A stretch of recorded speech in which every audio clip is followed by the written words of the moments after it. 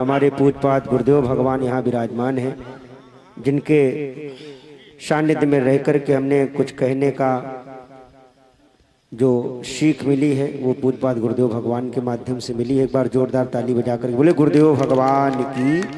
वो भी कन्नौज छिबरा मऊ से पधारे हैं गुरु जी हमारे, और वो भी आपके साथ साथ हम स्वयं के लिए जो आयोजन किया है ये स्वांता सुखाय के लिए किया गया है। बस फर्क इतना है कि इसमें जितने लोग गोते लगा सके, जैसे गोस्वामी तुलसीदास जी कहते हैं स्वांता सुखाय तुलसी रघुनाथ गाथा, ऐसे ही आयोजन है। आप सब लोग सुने गुरुदेव जी की वाणी। ओम नमः परमहंसास्वादित चरण कमल चिन्मकरंदाय भक्त जनमानस निवासाय श्री रामचंद्राय श्यावर रामचंद्र की, श्री हनुमान जी महाराज की, राधा कृष्ण भगवान की, सद्गुरुदेव भगवान की, संत समाज की, आज के आनंद की। जय जय श्री राधे। भगवत प्रेमियों, धर्म की बात चल रही है और धर्म बनता है ध्री धारणे से धर्म शब्द बनता है। व्युत्पत्ति है धारणात् धर्मः, जिसको हम धारण कर सकें वो धर्म है, जो धारण करने योग्य है वो धर्म है। अब ये धर्म बनाया किसने? तो भागवत में आता धर्मम तो साक्षात भगवत प्रणीतम। ये जो धर्म हमारा बनाया है किसी मनुष्यकृत नहीं है, भगवत प्रणीतम, भगवान के द्वारा ही धर्म बनाया गया है। अच्छा, आप एक पेड़ लगाएं तो रक्षा करने के उत्तरदायित्व किसका होता है? अगर उसका कोई पत्ता तोड़ता है तो दर्द किसको होगा? जिसने लगाया, जिसने जल डाला है। जब फूल आते हैं कोई पूजा के लिए फूल तोड़ना, तब भी ये होता कि एक ही तोड़ना, या कोई फल डंडा लगे तोड़ता, दर्द किसको होता है? तो उस फल में अगर कोई हानि होती है तो दर्द किसको होगा? भगवान को। तो भगवान कहते धर्म संस्थापनार्थाय संभवामि, ये धर्म हमने बनाया है, धर्म का वृक्ष हमने लगाया है। अगर इसमें जरा भी विकृति आएगी तो इसकी जिम्मेदारी मेरी है। बाढ़े असुर अधम अभिमानी, तब तब प्रभु धरि विविध शरीरा, नाना प्रकार के शरीर लेकर के आते हैं। अच्छा, ये सनातन शब्द क्या है? सन माने होता तपस्या और तनु विस्तारे, तपस्या के द्वारा इसका विस्तार होता है। तपस्या का मतलब ये नहीं पूजा है, बलिदान के द्वारा, त्याग के द्वारा इसका विस्तार होता। इस त्याग करने वाले जो महापुरुष आते हैं ये भगवान के ही अंश होते हैं, इन भगवान के द्वारा ही भेजे जाते हैं। महाराणा प्रताप, और धर्म पर संकट हमेशा है, सतयुग में नहीं आया। हिरण्याकश्यप हिरण्याक्ष, जिसने धर्म को मिटाने का पूर्ण ताकत लगा दी। त्रेता में रावण कुंभकर्ण, जिसने धर्म को मिटाने में कोई कसर नहीं छोड़ी। द्वापर में कंस, तो और कलयुग में स्थिति आप देख रहे। औरंगजेब ने धर्म को मिटाने में अभी कुछ नहीं है, उसने कोई कसर नहीं छोड़ी। लेकिन उसी समय धर्म की रक्षा के लिए भगवान कोई न कोई महापुरुष भेजते हैं, और त्याग करने वाले वही तो महापुरुष हैं। जो धर्म पर बलिदान हो जाते हैं वही महापुरुष हैं, और बड़े नहीं, छोटे बच्चों के मन में भी भावना आती है। आपको बता दें, गुरु गोविंद सिंह के दो पुत्र, एक 9 साल का, एक 11 साल का, पकड़वा लिया औरंगजेब ने। उनसे कहा कि तुम केवल चोटी कटवा लो, हम तुम्हें जागीर दे देंगे, गांव दे देंगे। उन्होंने कहा सर तो कटवा सकते हैं लेकिन चोटी नहीं कटवा सकते हैं।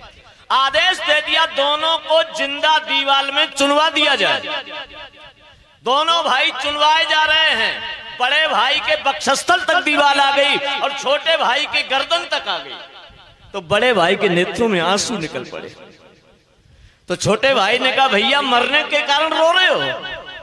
बड़े भाई ने कहा भैया मरने के कारण नहीं रो रहे हैं, आंसू मेरे इसलिए निकल रहे हैं कि मैं तुमसे पहले आया था और धर्म पर बलिदान होने का अवसर तुम्हें पहले मिल रहा है। अगर आज धर्म पर बलिदान होना था, मुझे पहले अवसर मिलता। ये धर्म की प्रतिभावना थी। तो हमारे कहने का मतलब है धर्म की रक्षा का, धर्म के वृद्धि का, धर्म के विस्तार का भाव जब प्रत्येक व्यक्ति के हृदय में जागृत हो जाएगा तो धर्म को मिटाने की किसी की शक्ति नहीं जो हमारे धर्म को मिटा दे। ये धर्म के स्तंभ हैं और ये तो हमारा शिष्य है। शिष्य और पुत्र में कोई अंतर नहीं होता है। और एक बात आपको बता दें, हर जगह किसी की उन्नति को देख करके मन में जलन होती है। कहीं पराजय हो तो कष्ट होता है। भाई की उन्नति हो हमारे हृदय में जलन होती, पत्नी की उन्नति हो हमारे हृदय में जलन होती, पड़ोसी की उन्नति हो हमारे हृदय में जलन होती है। लेकिन जब पुत्र और शिष्य बढ़ता है तो पिता और गुरु के मन में प्रसन्नता होती है। मेरे सामने मेरा शिष्य, मेरा पुत्र उन्नति प्राप्त कर रहा है। शिष्य से गुरु जब पराजित होता है तब उसके हृदय में संतोष होता है। पितामह भीष्म के जिसमें अर्जुन ने बाण मारे तब कहा कि आज मेरे मन में संतोष हुआ, जयस्तु पांडुपुत्राणाम। हम ये चाहते हैं हमारे हाथ का खिलाया हुआ बालक जैसी उन्नति को अग्रसर हो रहा है। मेरा आशीर्वाद है, मेरी सद्भावना है, इसके द्वारा सनातन धर्म का विस्तार हो, ये धर्म में लगा रहे, इसकी उन्नति हो, मेरे मन को शांति मिलेगी। यही मेरा आशीर्वाद है, यही मेरी शुभकामना है। और ये मैथा तो धर्म नगरी है। इस धर्म नगरी में रहने वाले धर्म प्राण पुरुष हैं, वो धर्म में लगे रहेंगे। आपका उत्तरदायित्व है। और मैं तो कहता हूं, एक बार मैंने अपने गुरुजी से कहा था, महाराज जी कथा हो बढ़िया, योगी वक्ता कथा कह रहा है, विद्वान कथा कह रहा है, भीड़ कम हो रही है। महाराज जी ने कहा तुम नालायक हो। हमने कहा फर्स्ट क्लास की रिजर्वेशन की बोगी में कम भीड़ होती है और जनरल बोगी ठस भर के जाती है। तो कलयुग है। नर शास्त्र में सुनो पुरारी, को एक होए धर्म व्रतधारी।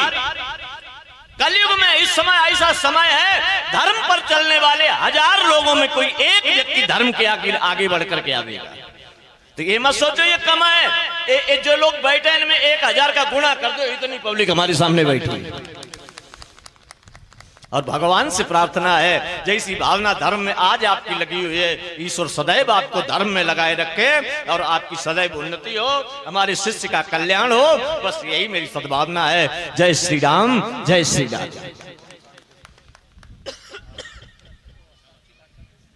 ओम द्यौः शान्तिरन्तरिक्षं शान्ति पृथ्वी शान्तिरापः शान्तिरोषधयः शान्तिः वनस्पतयः शान्तिर्विश्वे देवाः शान्तिर्ब्रह्म शान्तिः।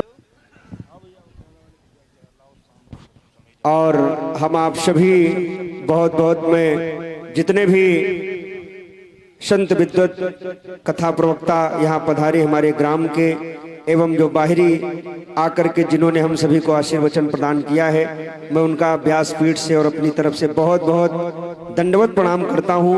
और आप सबसे यही कामना करता हूं इसी प्रकार से आप लोग निरंतर आशीर्वाद और आशीर्वाद करते रहें, यही ईश्वर से कामना है। बोले सत्य सनातन धर्म की जय हो। अब हम लोग रासलीला की ओर आगे बढ़ेंगे। रासलीला का कार्यक्रम समय हो चुका है, रासलीला प्रारंभ होने जा रही है। सभी लोग रासलीला का दर्शन करेंगे और निरंतर रासलीला भी बराबर चलेगी 2 तारीख तक, 3 तारीख